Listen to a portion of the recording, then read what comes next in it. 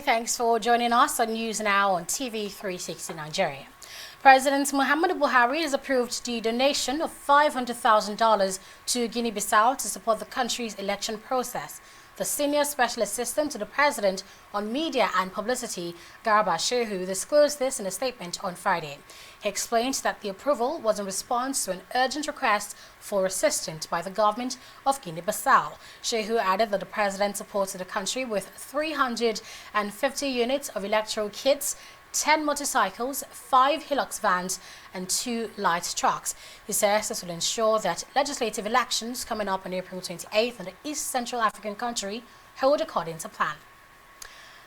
And now there seems to be more crisis brewing in Kaduna State as 3 persons have been confirmed killed in Mangani community of Kajuru local government area. Details of the violence are still sketchy as security operatives are still working to identify the attackers and their motive. Meanwhile, the state government has now imposed a 24-hour curfew to avert any further breakdown of law and order. The curfew was announced in a statement signed by the spokesman to the governor, Nasiru El-Rufai. Kajuru local government area has been witnessing incessant conflicts that have claimed several lives and property worth millions of naira in the past months. There's been a major shake-up in the Nigerian army with 9 top officials redeployed. One of them is the Director General of the National Youth Service Corps, Major General Suleiman Kazauri. Kazauri was redeployed to the Nigerian Army Resource Center in Abuja as a senior resource person. The army has now appointed Brigadier General Shaibu Ibrahim as the new Director General of the NYSC. General Ibrahim was formerly with the Nigerian Army University in Borno State. The International Criminal Police Organization, Interpol, says 157 children have been rescued from traffickers in a joint operation by the Nigerian and Benin Republic Police Force. The children, aged between 11 and 16, were among a total number of about 220 victims of human trafficking rescued from the Nigerian-Benin border. In a statement, Interpol noted that all victims originated from Benin, Burkina Faso, Nigeria, and Togo. It adds that some victims were equally rescued from premises where they were forced into prostitution, while 47 suspects were arrested as investigations continue. The police also seized vehicles, cash, mobile phones, and computers in the course of the raid. Meanwhile, the federal government is intensifying efforts to ensure safety and transparency across borders in Nigeria. The Minister of the Interior, Abdulrahman Dambazal, has announced that the government is set to launch an electronic border solution to combat cross-border criminality. Speaking at the end of a weekly Federal Executive Council meeting in Abuja, the minister stressed that the move will help monitor the 86 border posts spread across Nigeria. Borders are very porous and diverse.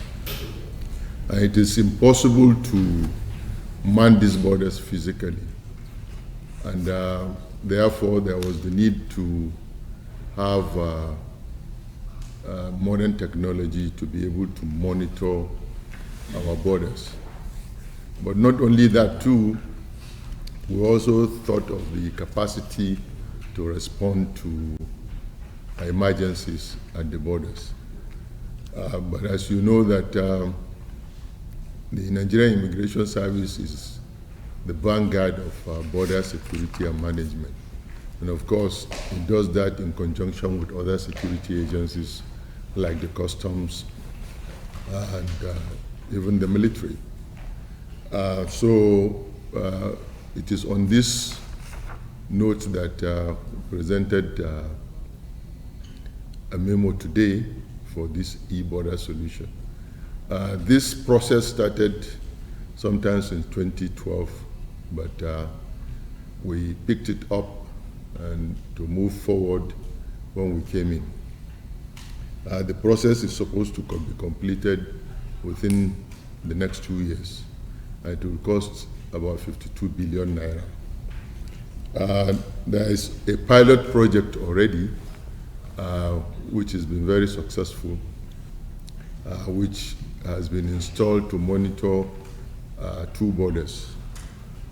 This project is going to cover 86 border posts in the country, and also will be able to monitor those illegal routes, which we have identified as about 1,400 of them. We'll be able to monitor those illegal routes that are used for smuggling and all kinds of cross-border criminal activities. And in other news, Nigeria's Minister for Labour and Employment, Chris Ngige, has admitted that indeed Nigeria does not have enough doctors to cater for the nation's population. Ngige had come under fire for encouraging Nigerian medical doctors to migrate abroad in search of greener pastures.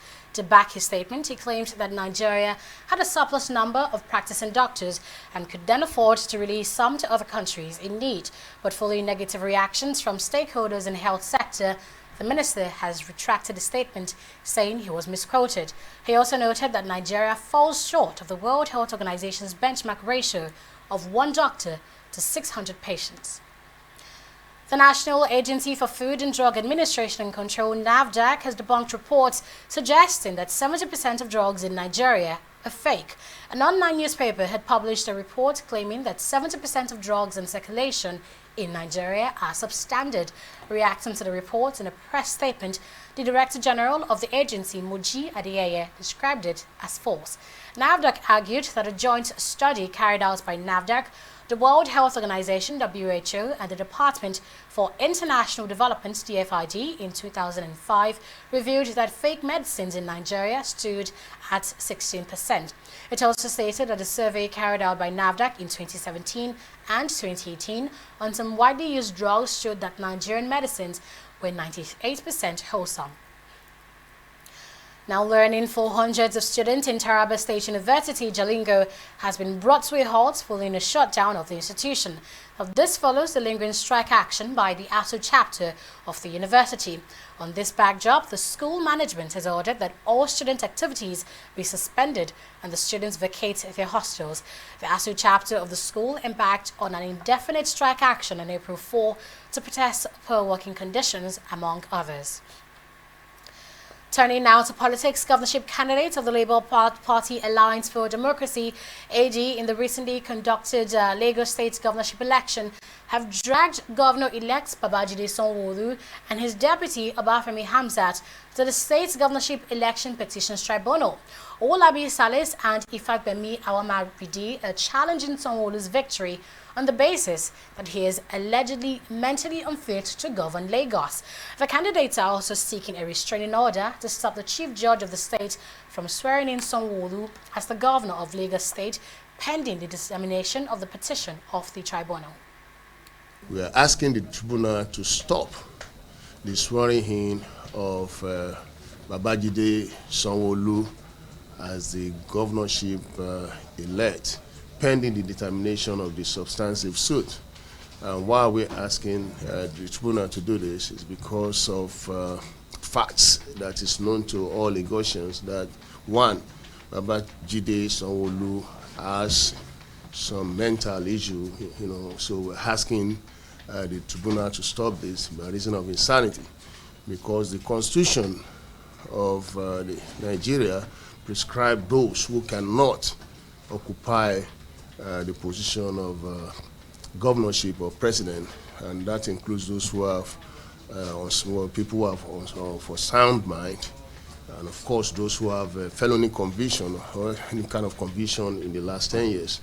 And I know that it's also a public notice to every Lagosians and Nigerian that Babajide Sanwo-Olu was convicted, or was said to be convicted in the United States for spending fake dollar in a nightclub.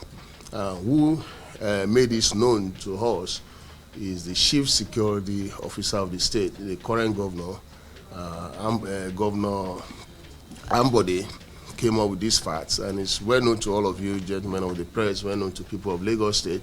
It is not the free will of Lagosian for a felon or the free will of Lagosian for somebody who's on sound mind to be forced on them. The tribunal has the power to say a candidate is not qualified.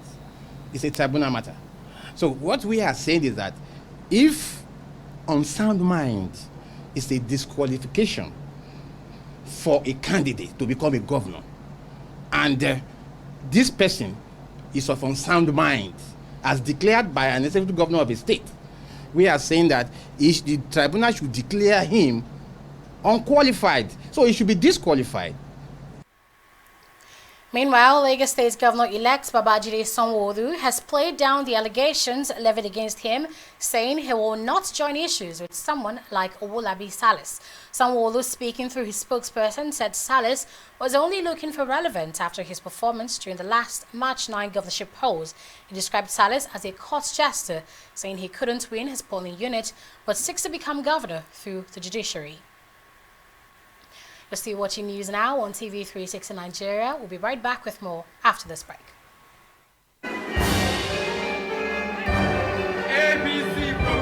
House the crash launch recently crashed to the lights and sheltered the problem well simplified.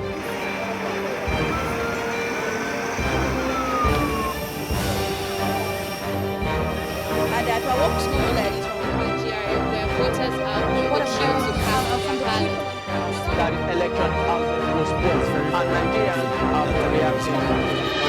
area of Lagos as early as 7 some minutes say the incident has been managed. This morning.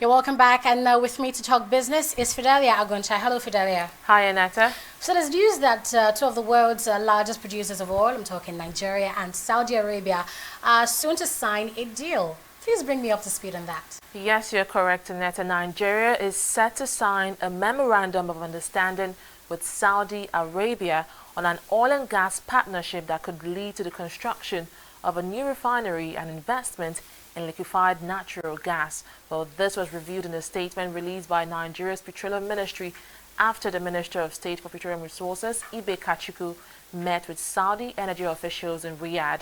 Now, according to the ministry, an early draft of the MOU would be ready in the first week of May. Reacting to this, energy expert Vala Zakar says that the proposed partnership would be mutually beneficial to Nigeria and Saudi Arabia, since both parties are heavyweights in global oil sector. When you talk about the gains for Saudi Aramco, they will be enormous. The first thing is that Saudi Aramco will have it in its or her credentials that she has been able to help a big brother to do something about the big brother's refinery or downstream sector, because we're not really doing well as far as the Nigerian downstream sector or refining capacity is concerned. So Saudi Arabia coming in is going to be good for her credentials. Then for us as Nigerians, we are also going to be grateful and will be happy with that fraternity that exists between Saudi Aramco and NNPC, you know, in this case, the Nigerian part. Then practically, depending on the kind of investment that is going to take place, I will expect a mutually win-win situation. If Saudi Aramco or Saudi Arabia intends to establish a refinery in Nigeria, that will also be good. At least we won't be talking about landing costs, this cost, that cost. We will basically be getting the crude oil from wellheads from oil wells in Nigeria, ship them either through trains and wagons or through pipelines to respective refineries within Nigeria. We are likely to refine them in Nigeria, distribute them in Nigeria, and probably sell them in Nigerian currency called the Naira, and that on its own will help us to conserve foreign exchange. And it will be very good for the investor, because this time around we are strictly going to see Saudi Arabia, apart from being a big brother, you know, within the OPEC cartel, we're going to see Saudi Arabia as an investor coming in to probably invest so much, help us, but also at the end of the day, minimize cost and maximize profits. The Federal Executive Council, FEC, has approved consultancy services for training programs for Nigerian youths under its Social Investment Program. The program will be training youth in northern and southern Nigeria. For the north, youth will be trained in script writing, animation production, among others, while the program for the south will feature training in software production services. The Minister of Budget and National Planning, Udo Udoma, gave details at the end of the meeting. Take a listen. The memo was again under the National Social Investment Program, and it was for the award of consultancy service contract for the provision of training services and integrated supply of starter packs for the N-Tech software trainees in southern Nigeria under the National Social Investment Program in favor of Messrs. UCS Limited in the sum of 325,489,000 naira. And that is a different sort of training. It's a training for software training services. Has been provided for the northern states already, so this one is for the southern states, for N-Tech software training services in the southern states. The Nigerian National Union of Petroleum and Natural Gas Workers, NUPENG, has advised the federal government to disregard IMF's council on fuel subsidy. NUPENG National President Williams Akporeha gave the advice at a press conference in Lagos. He noted that the body would resist any policy that will impact negatively on the oil and gas industry. The IMF had earlier called on the federal government to remove fuel subsidy to help boost Nigeria's economy. We use this media to condemn the hoax which suggests that federal government was planning to remove fuel subsidy. Our over-dependence on petroleum product importation has unfortunately made us to be very vulnerable to antics and manipulations of local and foreign manipulators. As a stakeholder in the oil and gas industry in Nigeria, we are not aware of such plan. And sadly, this unhealthy speculation led to panic buying and create slight hitches in the country downstream sector. Thankfully, the Nigerian National Petroleum Corporation, NNPC, under the capable management of engineer Makati Baru, proactively sustained availability of products and succeeded in stemming the tide despite the narrative of the fifth columnist. We affirm once again that we will resist any policy that will impact negatively in the oil and gas industry, the Nigerian public, and the nation in general. Well, up next is a review of the stock market after this.